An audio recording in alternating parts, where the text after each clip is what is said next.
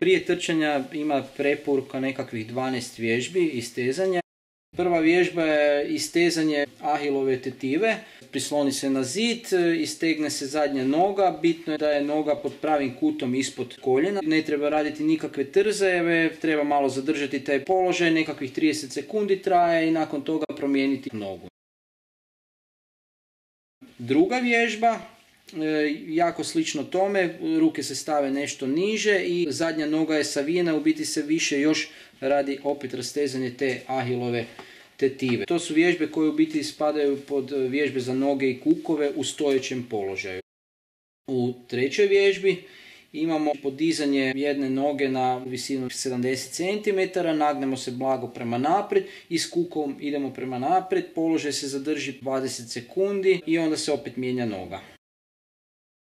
Četvrta vježba, podiže se noga ravno ispred sebe na visinu od prilike 1 metar i s glavom se ide prema prstima. Oba dvije noge da budu maksimalno ispružene koliko mogu, ali da opet ne boli baš previše. Zadrži se položaj 20 sekundi sa svakom nogom. Peta vježba, bočno se stavlja noga na 70 cm i radi se oko bočno rastezanje. Saginjanje u stranju s glavom prema koljenu, isto se noge drže pružene i položaj se zadržava 20 sekundi sa svakom nogom. Šesta vježba je za istezanje kvadricepsa i koljena. Stojite do zida, s jednom rukom se prihvatite tog zida za ravnotežu i vrh desnog stopala ulovite ljevom rukom ili suprotno i lagano primičite pet k stražnici. Ako stopalo držite sa suprotnom rukom, koljeno se savije pod prirodnim kutem. Drži se po 30 sekundi sa svakom nogom. Sedma vježba, običan čučanj, znači duboki čučanj. Laktovi se stave ispod koljena, pogled je prema naprijed i čučne se sa stražnicom čim bliže podu, zadržava se 30 sekundi. Osma vježba, sjedite na podu, noge svinete u koljenima i spojite tabane i sa prstima ruke još držite tabane skupa i sa laktovima gurate koljena prema dole.